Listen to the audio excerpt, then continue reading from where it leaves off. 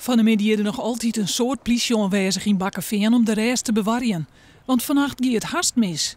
Zo'n 50 man stien bij de probleemhuishouding voor de deur om duidelijk te maken dat ze voort moeten.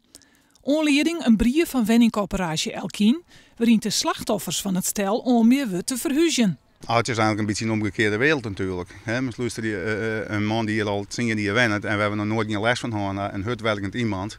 En wij weten net in je op de hele buurt les mee gehad. En die mensen, die moeten nou dan niet eens maar bij het Elkien hun huis aan. Terwijl Elkien al jaren weet dat dit probleem speelt. Maar die brief is verkeerd uitlijn, zo zei de gemeente Opsterlaan. Ja, dat is ontzettend jammer. Daar is een misverstand ontstaan. Want het was juist, heb ik begrepen van de woningcorporatie, daar heb ik ook mee gesproken vandaag uiteraard.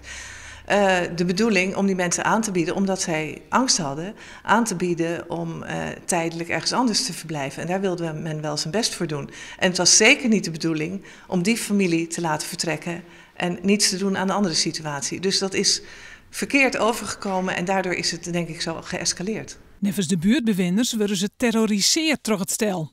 Er is nevens harden dan ik maar één oplossing.